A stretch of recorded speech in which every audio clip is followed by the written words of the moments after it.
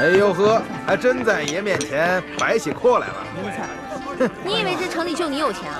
我告诉你啊，把你酒店里好吃好喝的都给我拿出来，让我的兄弟们吃饱喝足，知道吗？好酒好菜倒是有，本酒楼的规矩可不跟外边的小面馆一样，先看一下口袋里的银子够不够，别吃完饭不够付钱的。哎，我说你眼睛是不是瞎了？我小弟这身打扮像是那种吃了饭不给钱的人吗？这可不好说，我们这酒楼开了那么多年，见的人也多了，这装模作样过来骗吃骗喝的可不是没有。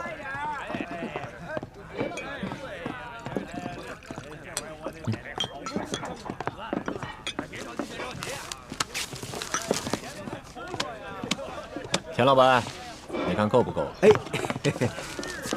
哎呀，够了。小二，来上菜。好嘞，好嘞。田老板，听说你长期施舍肉包子给穷人，但是有一个条件，就是要让他们跪下来喊你一声爹。我是生意人，又不是这些穷人的爹娘，我每天给他们包子吃，救他们的性命，难道不是他们的再生爹娘？龙小弟，这种人别跟他讲道理，直接比谁钱多最有效。老大说的对，钱老板，那我就跟你比一比谁的钱多。要是你的钱没我多，不管你以后行不行善，若是要行善，就不能提任何条件，也不能以欺负穷人为乐。我不止这一家酒楼，这城里所有的酒楼还有珠宝行都是我们钱家的产业。头头，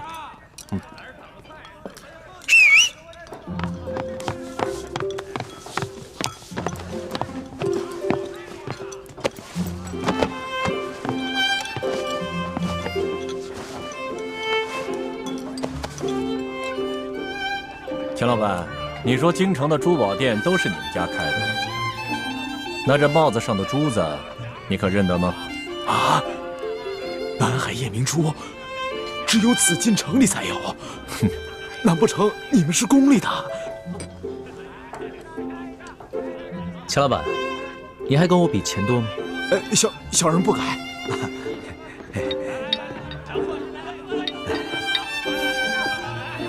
钱老板，一个人可以有钱有势，却不能无良无德，更不能无法无天。对，就算你有万贯的家财，也可能在一夕之间化为乌有。是。我说的话你听明白了吗？听明白了。小人日后日日行善，再不敢欺负穷人了。好，替我老大好好照顾这帮兄弟们，下去吧。是。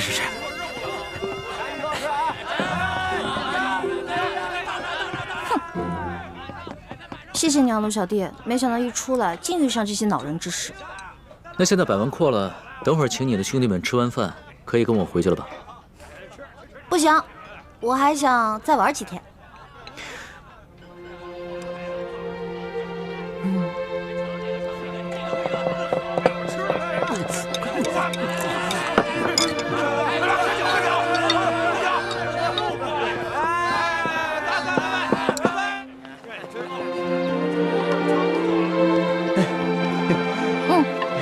小五，来，银票给你，记住大哥跟你说的话，让兄弟们拿这些钱做些生意，自食其力，别在街上流浪了。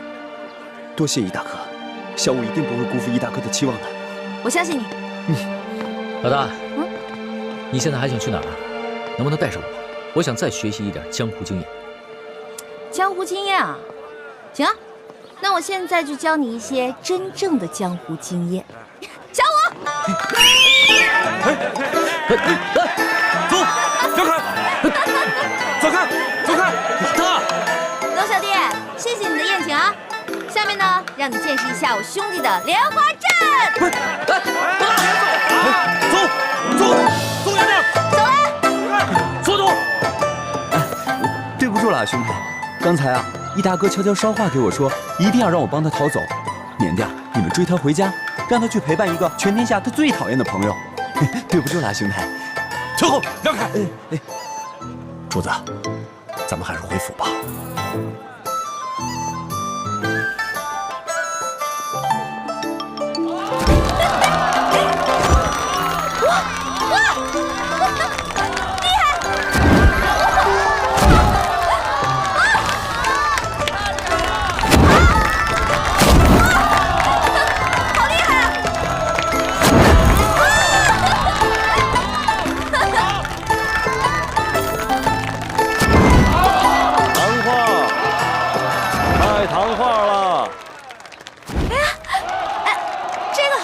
怎么弄的呀？啊，在这儿画的。我看，糖画。这是糖画啊。谢谢啊。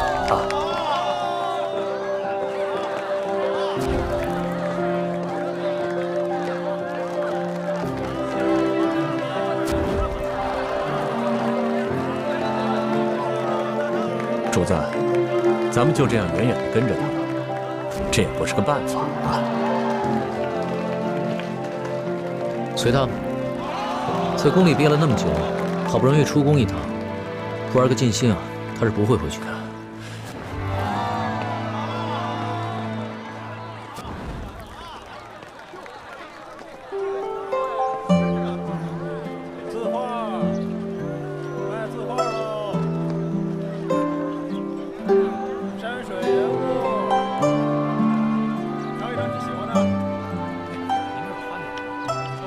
老板，这个我买了。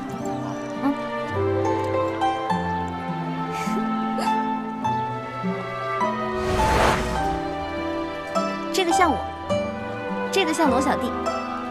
不对，龙小弟的眼睛没这么小。再给你捏大点，捏大点就像龙小弟了。真的假的？我有这么丑吗？你是人是鬼啊你？你怎么老阴魂不散的跟着我呀？你是人我就是人，你是鬼我就是鬼。你忘了，咱们俩结拜的时候可是说好了，不求同年同月同日生，但求同年同月同日死。猪哥哥，你怎么来了？喂，哎，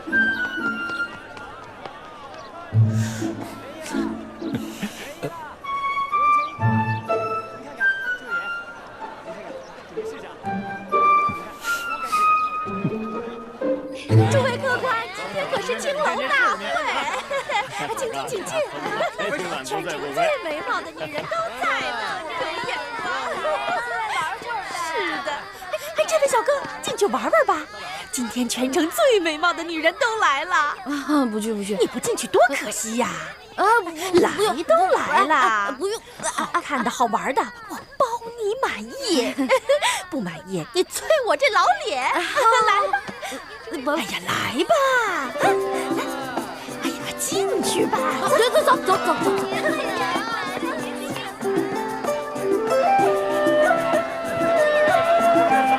家把酒都满上，都满上，喝呀！快喝呀！来，往上喝，我上去了啊！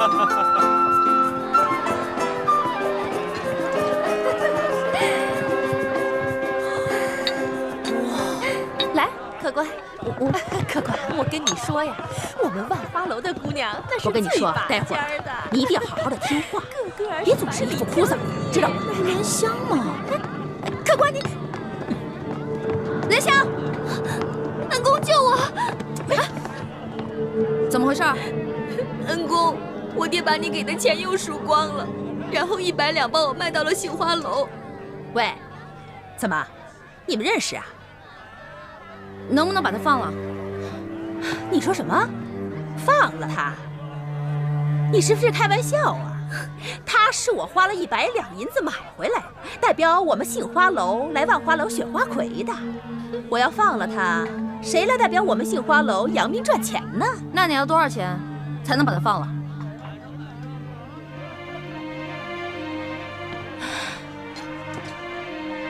怎么，你们两个是老相好啊？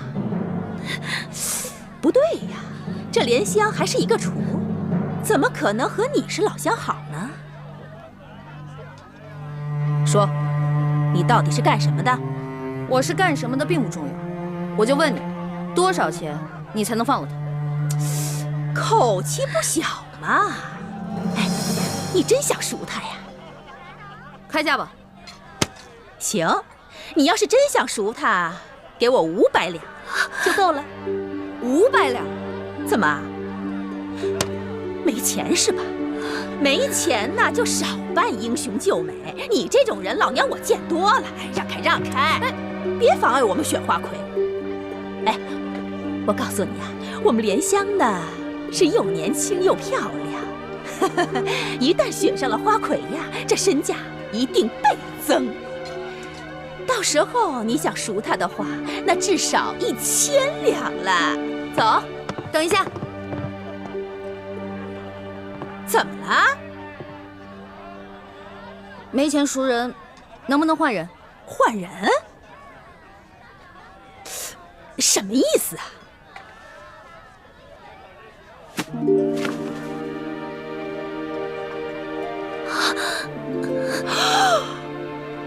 用我换他。我这做了一辈子的生意呀，我差点走了眼了我。没想到你也是个厨啊，还是一个比莲香更美貌的厨。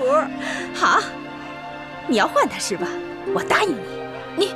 你是女的，姐姐你还是走吧，我不能再连累你了。别说话，莲香，我一定要把你救出来。我们走吧。你这个人呀，太神秘了，我可得小心一点。这万一你中途要是跑了怎么办呢？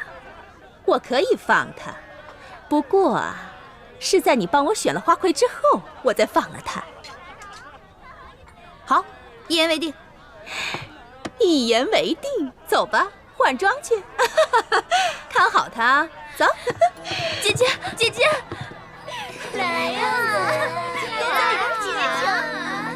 刚刚易欢是在这个地方消失的，也没什么别的路了，肯定是进这万花楼了。主子，今天晚上奴才要带你去这种地方，那老祖宗知道了，非打奴才一顿不可。此事你不说我不说，老祖宗怎么会知道呢？可是，行了，别啰嗦，进去。哎呀，是，守着点啊，别动啊！都在这好好等着。哥。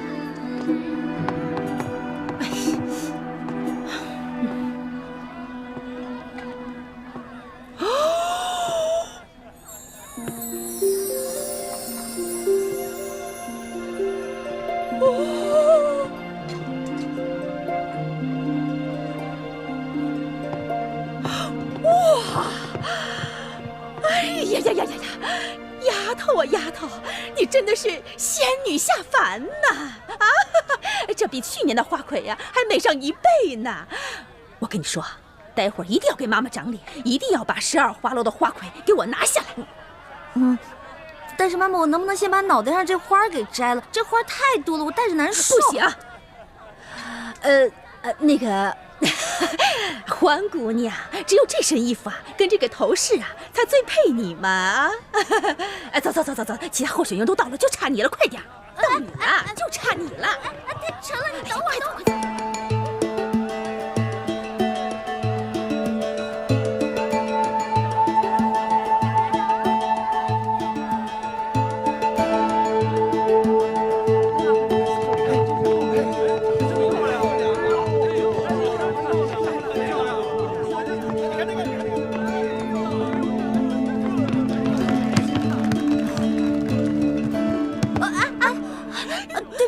你是哪个花楼的姑娘？会不会走路啊？对不起啊。今天全城12大花楼的家人都到齐了，花魁比赛正式开始。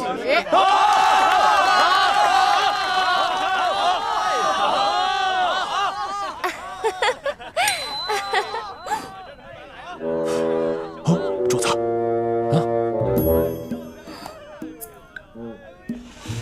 不好，龙小弟追来，这下麻烦了。现在我们有请上一届的花魁，是谁呀？西域姑娘出场。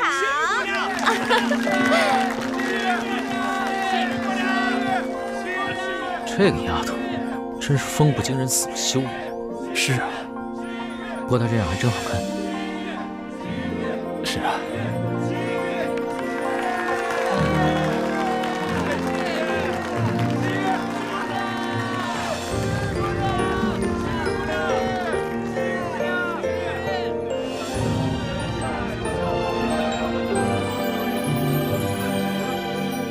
各位客官，如果您中意我们哪位姑娘，便可以从那里拿一朵鲜花放进那位姑娘的花篮里。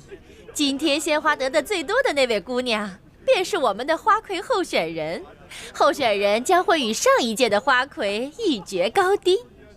胜出者便是今年的花魁。好，好，各位客官，就让我们来抛花选美吧。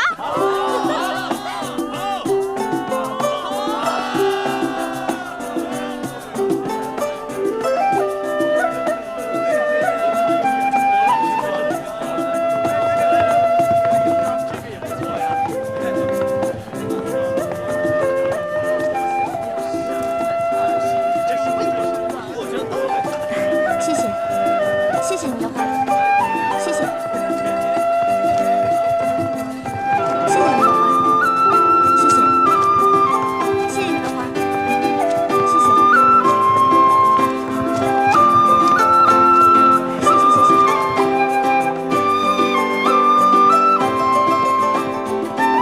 哎呀，别犹豫，谢谢，谢谢，谢谢。谢谢。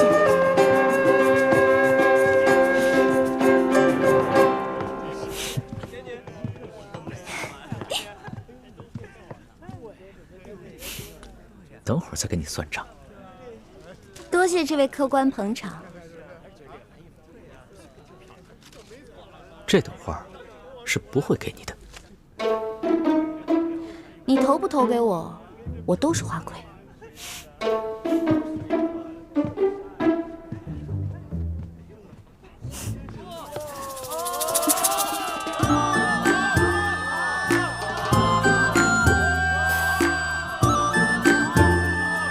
好了好了好了，各位客官，经过激烈的抛花选美，结果是。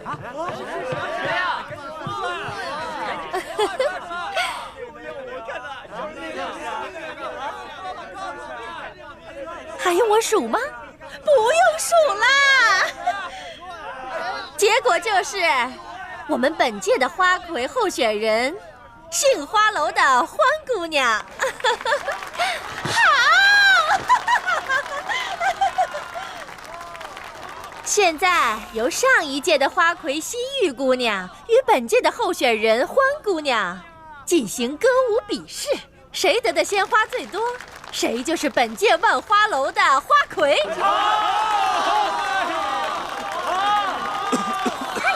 别慌。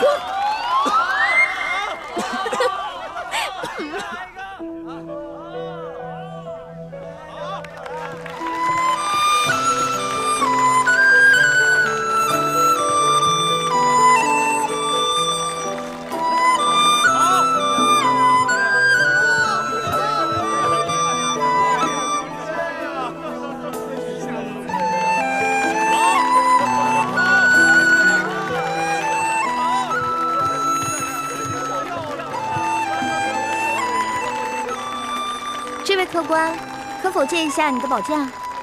你又想干什么？要你管，借不借？如果你要是不借的话，那我就去找别的客官借了。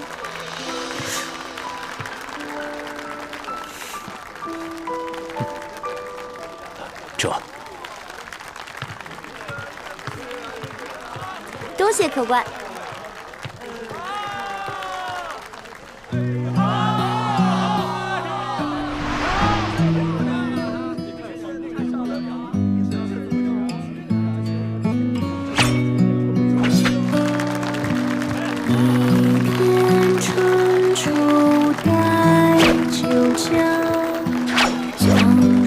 周腰，楼上帘帐，旧娘独语叹娘家。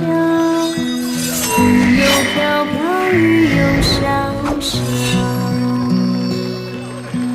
何人归家新可抛？影子声调，情字相烧。流光容易把人抛，红的樱桃绿了芭蕉。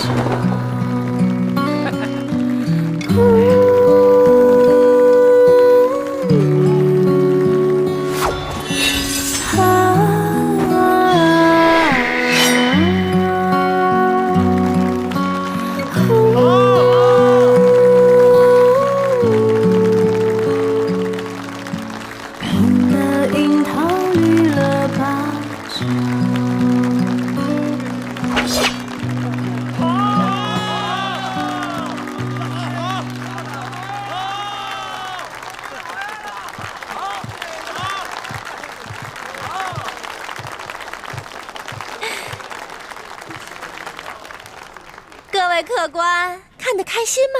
开心！现在开始投花选花魁。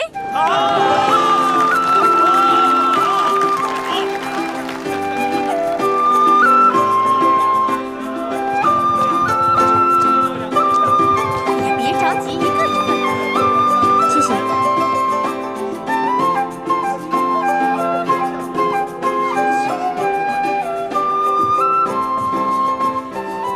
两位姑娘花盘里的花一样多，按规矩呀，两位都是今年的花魁。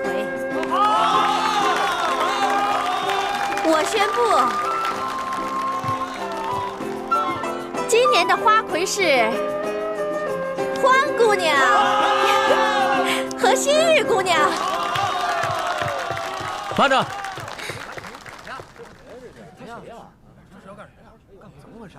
我这儿还有一朵花没投呢。这人是谁？难道我给西域姑娘多数花作弊被他看出来了？嘿，你这人怎么这样？刚刚你怎么不投啊？刚才人那么多，现在投也来得及啊。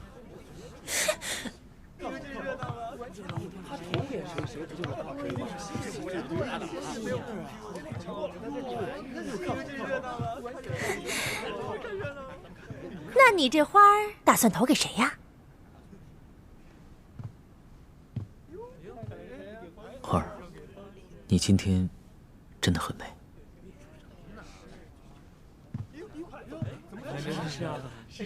哇！西域姑娘花盘里的花比欢姑娘多上一朵，所以今年的花魁还是西域姑娘。哎呀！今年的花魁，西域姑娘。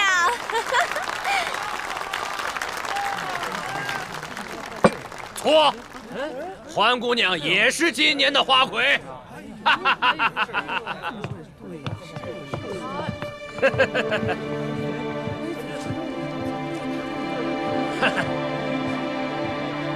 我这儿也有一朵花没投，他们现在两个人的红花都一样，所以两个人都是今年的花魁。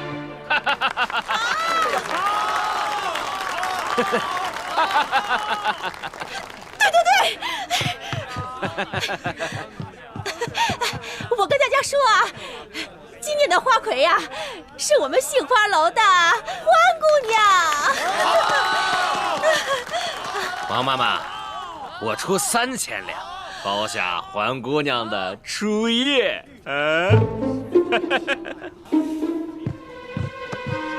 可以啊，贾老板，不过你得先把钱给我。应该的，应该的。贾老板更有钱的嘛。那是自然，我爹是直隶首富。把蓝箱给我放了。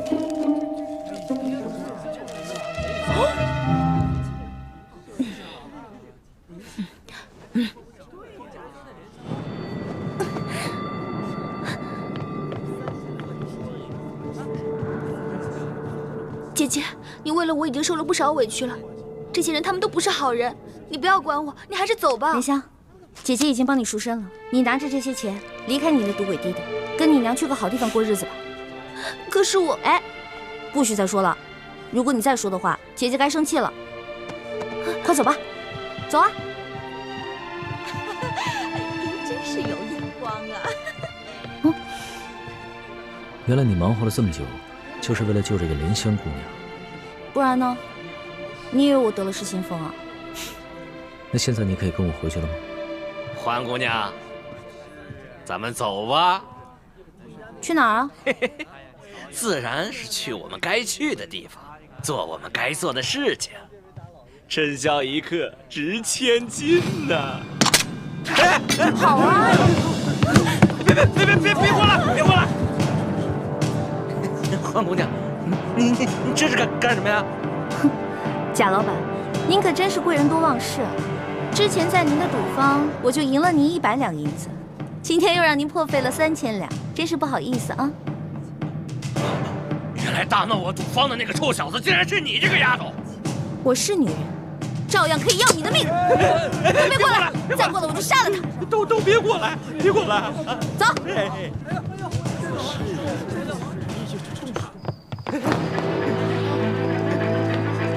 走。有话好好说啊！你们别过来啊！别过来！黄姑娘，你这……走！哎呀！愣着干什么？追呀！追！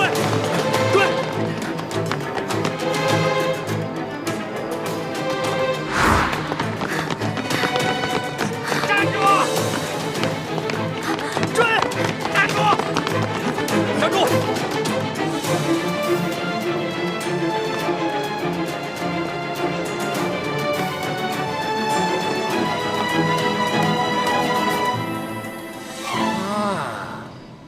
我认出来了，你就是那天和欢姑娘一起打闹我万历主坊的小子。臭小子，赶紧把欢姑娘给我交出来，否则我要你的命！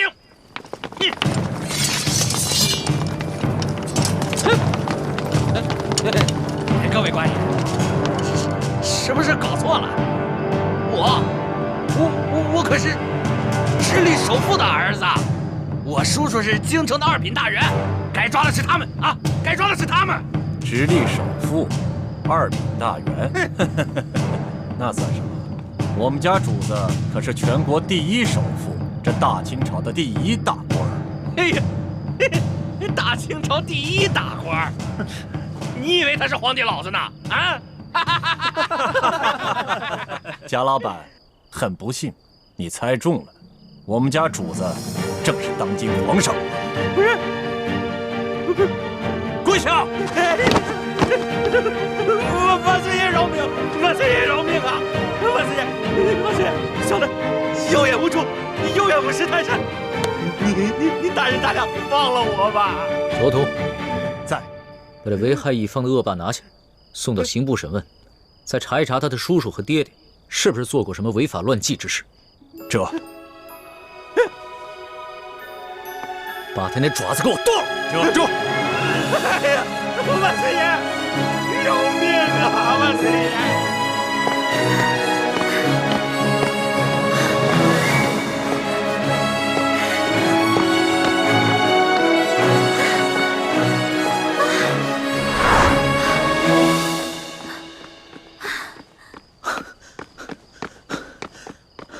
老大，别再跑了！出宫这么多天，你还没玩够啊？你别过来啊！你要是再过来的话，我还是会逃的，你根本就追不上我。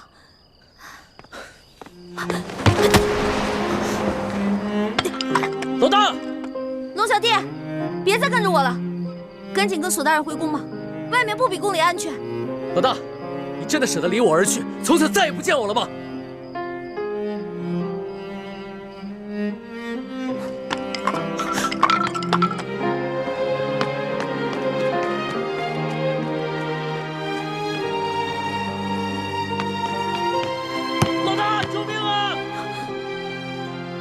我怎么听到龙小弟的求救声了？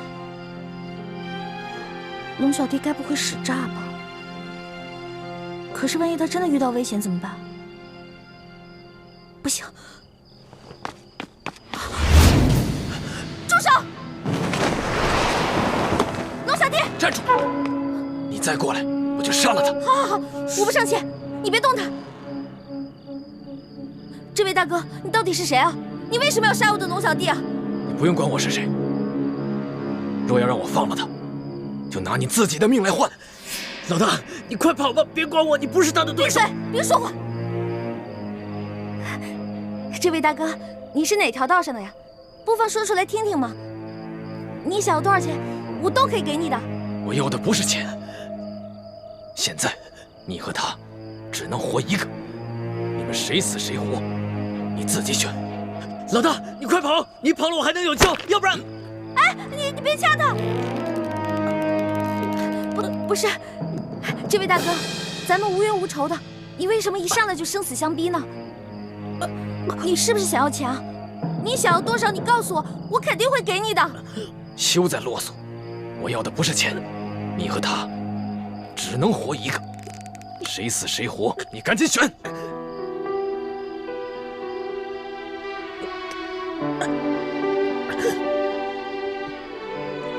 我没办法选。我们两个曾经对着月亮发过誓，是一辈子的好兄弟，要同生共死。要么你就放过他，要么你就把我们两个全杀了吧。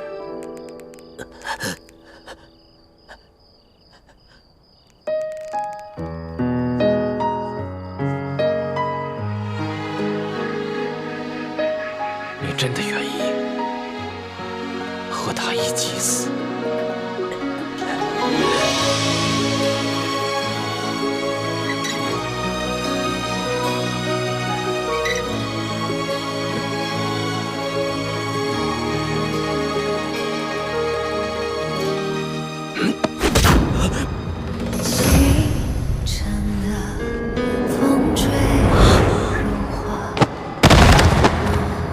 城市的繁华，带来春风沙，恨不过。你还我龙小弟！你还我龙小弟！你还我龙小弟！愿做他掌上的明珠，献上我纯真的祝福。朱哥哥怎么是你啊？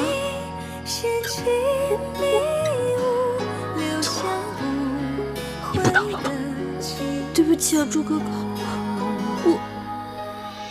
我不知道是，对不起，朱哥哥。欢梅，如果我真的杀了他，你会杀了我？我怎么可能会伤害你呢？正如你不会伤害我一样啊。但你却会自杀，以身殉情，是吗？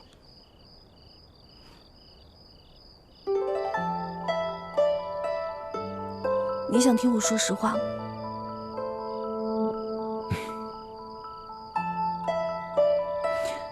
朱哥哥，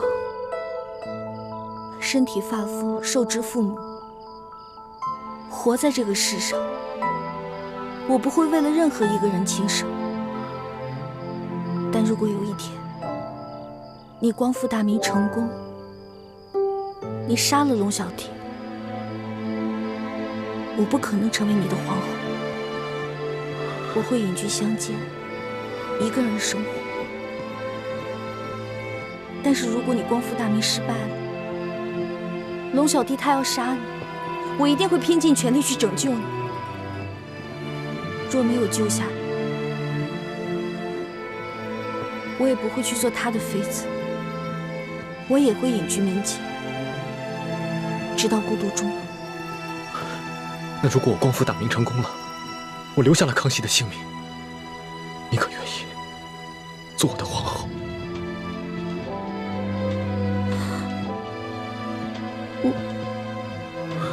算了，我不逼你了，我不想看你为难的样子。如果那个时候光复大明真的成功了，我也听凭你的意愿，绝不勉强。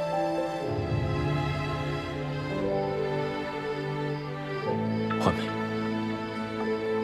你这次出走是不想夹在我跟康熙之间，左右为难，是吗？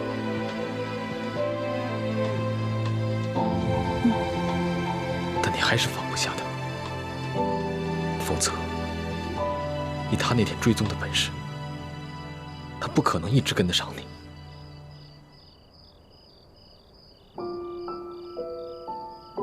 你怎么知道他追踪？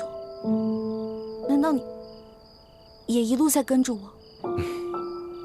你这次出走，大家都很担心你。对不起，朱哥哥，我错了。别说了，听我的话，赶紧回去吧。我答应你，如果我光复大明成功了，我不杀康熙，至于到那个时候，你还愿不愿意嫁给我，都听凭你的本心。但是，如果我光复大明失败了，我被他杀了，我对你只有一个要求。什么要求？我不想看到你一个人孤独终老。如果那个时候，康熙还愿意不计前嫌接受你，你就放下一切过往，从了他。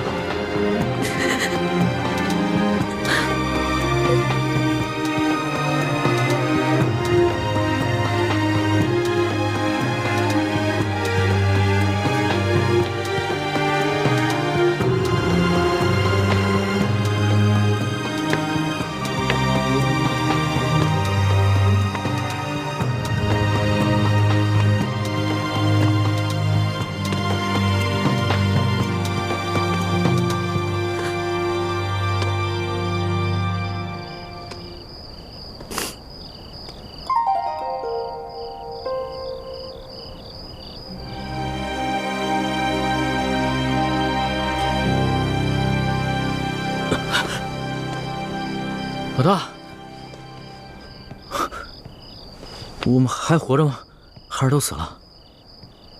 俗话说得好啊，好人命不长，坏人活千年。你怎么可能那么容易死啊？我有点晕，你先让我躺一会儿。起开，别再装了啊！不是，哎，老大，谁救了我们呀？谁救了你？当然是老大我了。不可能吧？那个黑衣人的武功，你根本就比不上。我在他手底下，最多也就过3招，你最多10招了。不能智取啊！我打不过他，我想招啊，我聪明啊，我在我手上抹毒，我跟他过招的时候，把毒药趁机抹在他手上，结果他就中毒了。所以啊，他为了换取解药，就把我们2个放了。现在指不定在哪个地方运功排毒呢。要这么说的话，我就信了。论你这旁门外道，我老大绝对是天下第一。老大，你又救了我一回，你要怎么感谢你啊？别缠着我就行，我就谢天谢地了。你还没玩够啊？老大，我知道你是觉得我听信了宫里的谣言，所以才生我的气，是不是？我保证，我以后再也不听信谣言了。真的？真的，我不仅是你的龙小弟，我还是真龙天子，金口玉言的。那我也不想再回到那个大鸟笼子里了。你不回是吧？你不回，别怪我赖账啊。赖什么账啊？在山西的时候，我可是欠了你一大笔账。我的利息可高了，你还得起吗？老大，你可不要趁火打劫啊！趁火打劫？全天下哪有你这个皇上厉害？大明内乱，你们大清趁机占领了大明的整个江山，老百姓刚刚经历了战乱，想过上几天好日子，可你们呢？朝中权贵搞起了圈地，各地的官吏设置了各种关卡，变相的收取各种赋税，你们这才叫做趁火打劫，一本万利的勾当呢！我怎么了？我说错了吗？我说的都是实话。龙小弟啊，其实这就是我要的利息。你要记得曾经答应过我的那些话：消除贵族特权，割除积弊，整顿吏治，让全天下的老百姓过上好日子。好，我答应你，这个利息我一定还。你就不想监督着我把这笔账给还了？皇上果然是天底下最无赖的人。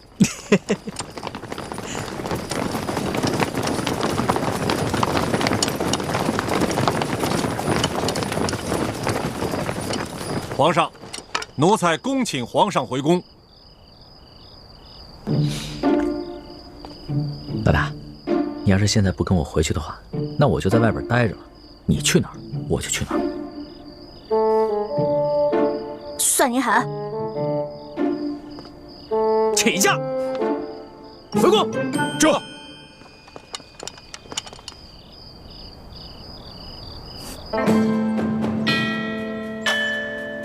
皇上回宫了。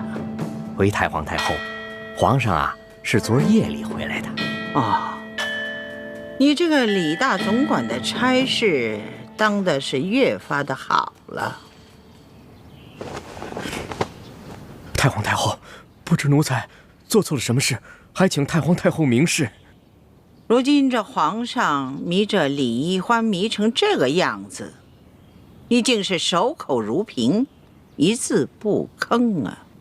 太皇太后恕罪，皇上其实早就知道奴才是太皇太后派在他身边的眼线，所以有很多事情都不让奴才知道。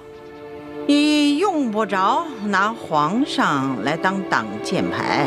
其实呢，哀家早就告诉过你，皇上的大小事情你要第一时间禀告哀家。可是你是怎么做的啊？你这眼里头还有我这太皇太后吗？太皇太后息怒，您可是冤枉死奴才了。奴才没有办好差事，任凭太皇太后责罚。可是奴才对太皇太后那是一片忠心呐。行了，起来吧。谢太皇太后。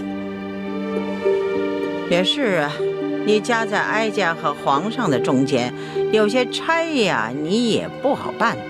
皇上啊，他是越来越不像话了。为了一个来历不明的野丫头，九五之尊不顾，安危体面全然不顾。你说怎么这么随根儿啊？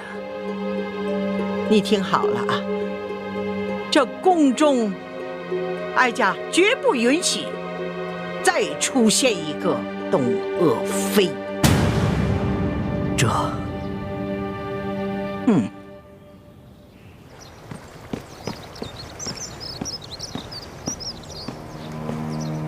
奴才索额图，给皇后请安。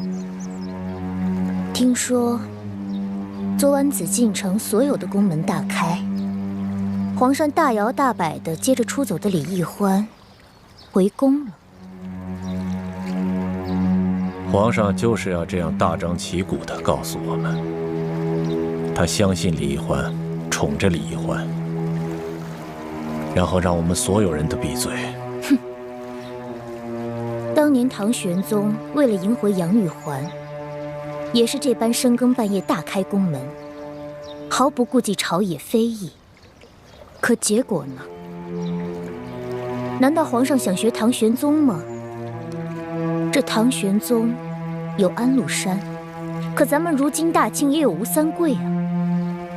难道皇上都忘了这些前车之鉴了？皇上本来少年英明，可是竟然被李易欢这个丫头迷得失去了本性。都怪我当初考虑不周啊！本来以为他可以帮助我斗倒鳌拜，所以帮着这丫头讨好皇上，没想到现在是养虎为患了。提到鳌拜，本宫倒突然想起了，他的疯病可有好转？没有，我昨天刚去探视过他，还是疯疯癫癫的老样子，连我都不认识了。这鳌拜一向武功高强，身体健康，怎么突然就疯了呢？鳌拜的疯是中了迷魂散之毒，此事颇为蹊跷，有谁能够在我的眼皮底下给鳌拜下毒呢？这毒疯鳌拜的人，会不会就是李太医？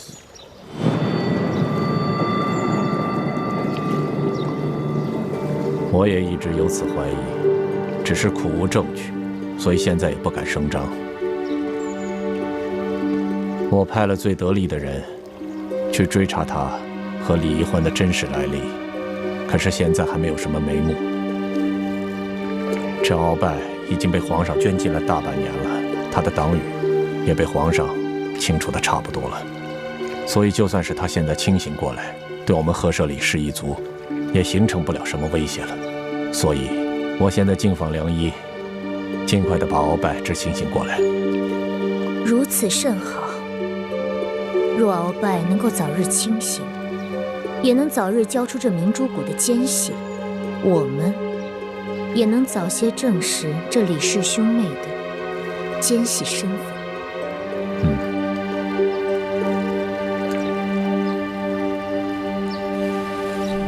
这易欢简直是胡闹，也不跟我们商量一下就擅自撤离，这岂不是叫康熙索额图更加疑心了吗？义父，其实易欢此次离宫出走，事先和我商量过的。他是想刺激康熙，让康熙不要怀疑他，相信他。如今康熙好不容易把他找回去，越发珍惜他了。易欢的良苦用心，总算是没有白费。易欢居然有这样的心机了，这孩子以前可不是这么会算计的。也许他在宫中待了这大半年，让他成长了不少啊。眼下清廷跟吴三桂还没有正式的翻脸，就算他们真的开战了，我们也需要大量的军情。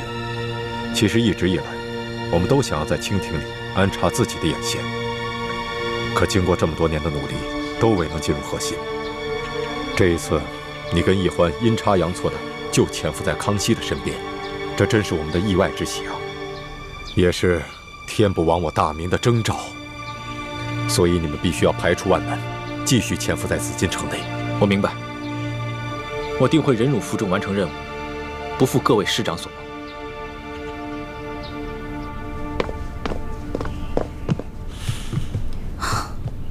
哇，这么多奏折，你得批多少天啊？3天3夜都批不完。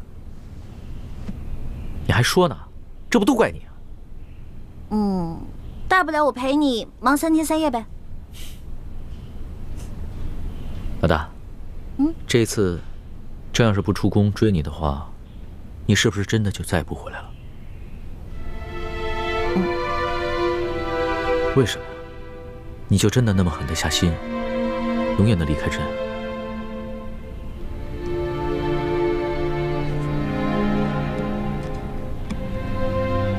老大，你从前都是古灵精怪、叽叽喳喳的，突然之间变得这么心事重重、沉默寡言，说实话，朕的心里有些不安了。龙小弟啊，我刚开始认识你的时候，我就冒充你的老大，我喜欢保护你，真心想保护你。到后来我知道你是皇帝，知道你居然是全天下最有权势的人，而你呢，也继续任由我当你的老大。现在想一想，还真的有点可笑，不自量力呢。谁说你不自量力了？谁说你可笑了？就是因为别人一直都在想应不应该爱朕，应不应该保护朕，应不应该讨好朕。可是你呢？你从来都没有想过应不应该，你就是本能的对朕好，本能的爱护朕，所以你特别珍贵，你特别值得朕珍惜。我刚开始进皇宫是因为对皇宫好奇，我想进来看看是什么样子。到后来呢，我慢慢习惯你给我的一切，我想陪着你。可是后来渐渐的，我对皇宫有了恐惧，我想逃离，我害怕。而且，就算你总说你心里很珍惜我，你喜欢我，可是我时常能感觉到你的心在动摇。你每一次动摇，都让我特别害怕，就更想逃离了。你看看，你又在倒打一耙。朕什么时候动摇过？明明是你一直在拒绝朕，一直对朕若即若离。老大，你的那些心思，朕都明白。你放心吧，朕一定不会禁锢你，朕会尽可能的给你最大的自由，朕一定不会伤害你，朕会尽最大的努力去保护你。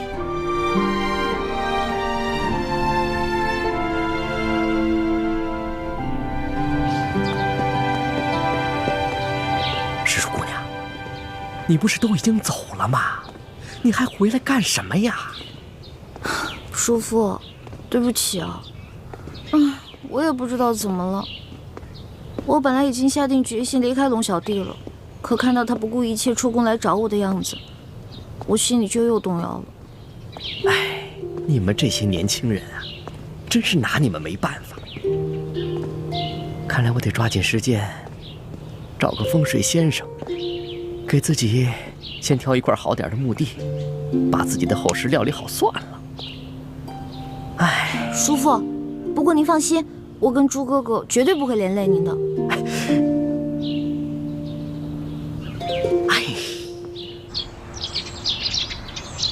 那鳌拜的病情怎么样了？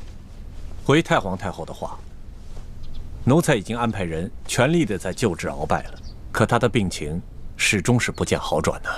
这可麻烦了，他一手打造的情报网，难道就这么一直瘫痪下去了吗？当初可是你负责监管鳌拜的呀，他是在你的眼皮底下被人毒疯的呀，而你又查不出这下毒的人，又迟迟治不好他的病。索图啊，在，哀家可知道，鳌拜可是你最痛恨的对手啊，你可不能因私害公啊！太皇太后，您真的是冤枉奴才了。奴才虽然和鳌拜一直有些不和，可绝对不会因私害公，公报私仇啊。这其实毒害鳌拜之人，奴才一直有一个怀疑的对象，可因为苦无证据，所以不敢说出来。哀家信你，你但说无妨。多谢太皇太后。其实奴才监管鳌拜府邸的时候，这李太医却可以凭着皇上的密诏，自由地进出鳌拜府邸。如此大事，你为什么一直隐瞒着不报？太皇太后，这皇上一直对李氏兄妹宠信有加，奴才手里没有真凭实据，岂敢胡言乱说呀？再说了，这李太医拿着皇上的密诏，皇上会不会在暗中对他有所交代？奴才也把握不住，所以就糊涂啊！皇上即使是有此念头，也是在鳌拜交出情报网之后啊，他岂能如此沉不住气呀？对，是奴才一时糊涂了。传言说李氏兄妹是反清联盟的奸细，鳌拜要是真的是被李太医毒疯的，那他兄妹二人的身份就更可疑了。索图啊，奴才在，一定要继续的想办法，全力的医治好鳌拜。奴才谨遵太皇太后懿旨。起来吧。这。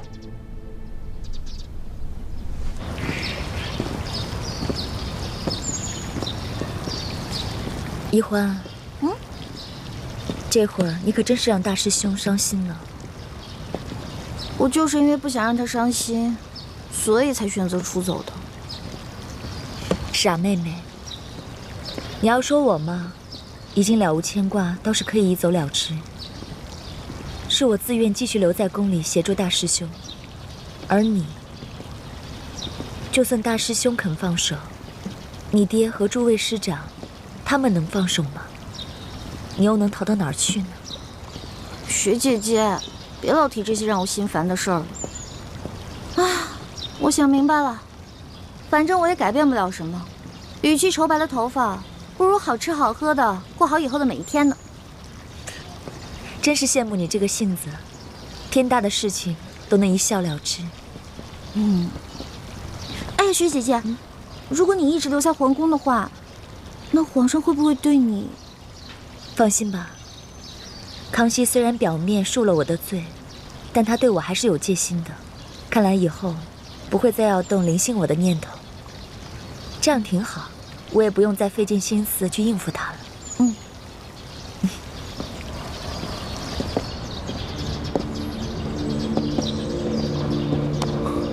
环美，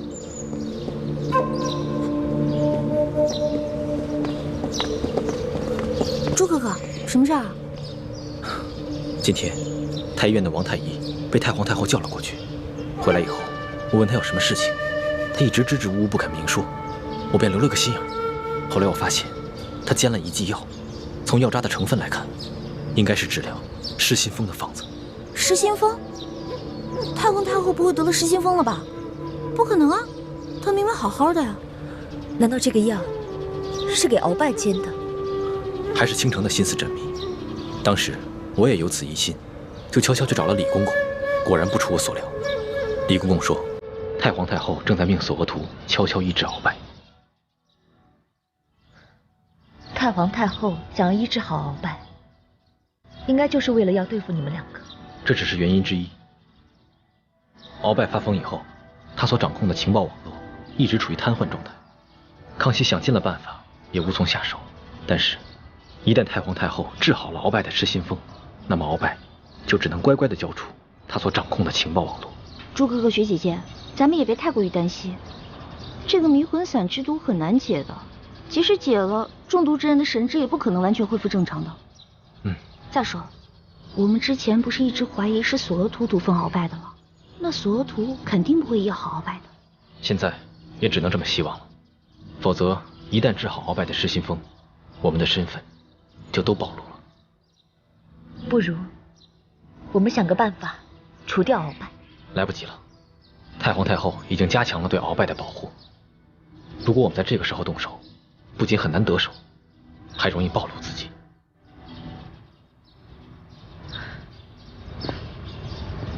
眼下之计，也只有依靠李公公，让他盯着太皇太后和索额图那边的动静，一旦发现情形不对，咱们马上撤离。现在也只能这么应付了。环梅，我有点后悔了，我不该劝你回来的。我这不是担心你跟学姐姐吗？我肯定会回来的。你真的只担心我们吗？只怕你是放不下另外一个人吧？大师兄，小师妹一定是担心我们两个的。眼下形势很复杂，我们应该放下一切杂念，一切以大业为重啊！此处不宜久留，我们还是分开吧。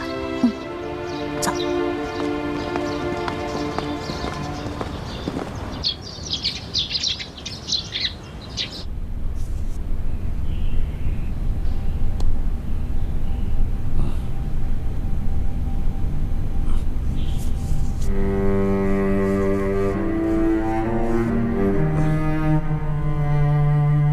元帅，在。你拿着老夫的手谕，前去调8000人马，一定要把敌人斩杀于阵前。末将遵命。老爷，快把药喝了吧。不喝，这玩意儿太苦。有糖吗？我的糖呢？你给我糖！我的糖，我的糖！你给我糖，我的糖哪儿去了？你给我糖，我的糖呢？我的糖呢？我的糖去哪儿了？老爷，啊，糖在哪儿？你小心老三，我的糖呢？去按住敖大人，让他吃药。是。糖。你们干什么？你别管我！我要找糖，找糖！哎呀，哎呀！我的糖！把药给我。放开我！我的糖！你们都想害我！鳌拜，该吃药了。听话。我不喝药，我要糖。把这碗药喝了，我就给你糖吃，好不好啊？你给我糖，我不喝药。鳌拜啊，这药啊，是太皇太后亲自让太医院的院判为你配制的药，你可不要辜负了太皇太后的一片心意啊！来，乖乖的把药喝了，喝。太皇太后，对啊，太皇太后。太皇太后，哎，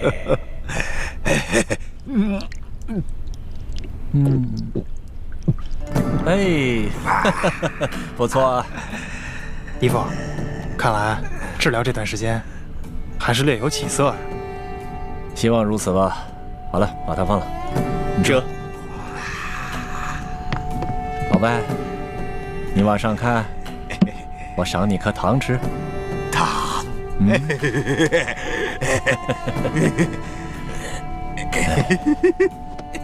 鳌拜，虽然你是我赫舍里氏一族的大敌，我的糖，现在看到你这么疯疯癫癫的，我还真有点于心不忍。哪儿去了？半年前，你让我向皇上进言，我拒绝了你。但现在形势变了，这李氏兄妹成了朝廷的大敌，威胁到了皇上。看来我不得不放弃前嫌，全力救治你了。我可不想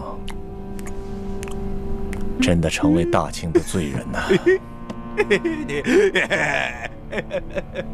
太皇太后，太皇太后，太后太后，太皇太后，太皇太后。经过最近一段时间的治疗，这鳌拜的病情虽未痊愈，但已经渐渐的好转了啊。虽然他现在还是有点胡言乱语，可是今天我提到太皇太后对他的病情关心，他竟然有了些反应啊！嘴里不停地念叨着“太皇太后，太皇太后”。原来如此。李德福，奴才在。你陪哀家出宫一趟，不必大张旗鼓，别让皇上知道。这，太皇太后，您这是要去见见鳌拜吗？正是，哀家得去见见这个人。你们这些宿敌，他可能认不得了，但是哀家和他却是有一辈子交情的人了，说不定他见了哀家就能清醒过来。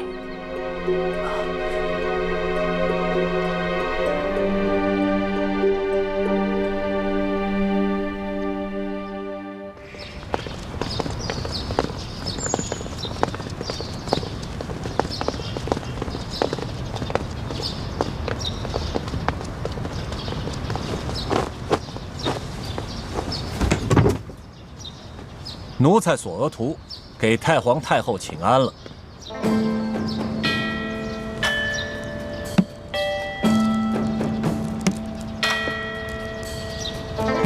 平身吧。这鳌拜他怎么样？鳌拜还是老样子，疯疯癫癫的。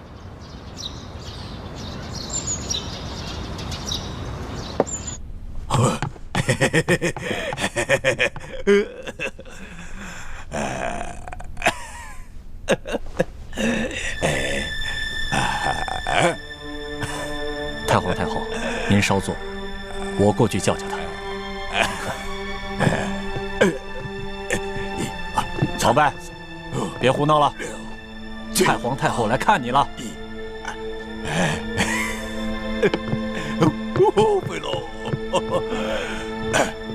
看来这鳌拜还真疯了，连哀家都不认得了。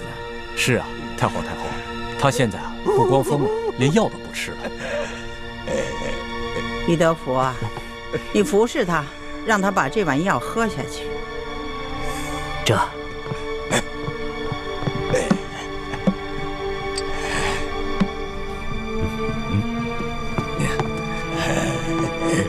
敖大人，这药可是太皇太后专门为你的病让太医熬制的，把药喝了吧。我没病，我不喝药，我要吃的，我要吃的，不好吃，你不好吃，你滚开！小心点，别把药弄洒了。敖大人，先把药喝了，喝了药以后呢，就给你好吃的了。鳌拜呀，敖大人，老贼耶！有哀家在，谁敢欺负你呀？喝了吧，啊！有好吃的啊！先喝药。你就是个大骗子！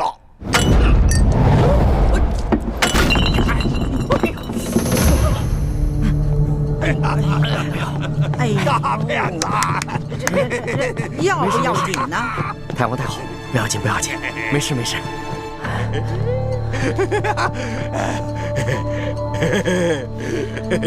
李德福，哎，你回宫吧啊，换身衣服啊，不必再回来了啊。哀家今天就是来看鳌拜的，此事啊可不能跟别人说啊，记住了。奴才谨遵太皇太后懿旨。去吧去吧。那奴才就先告退了。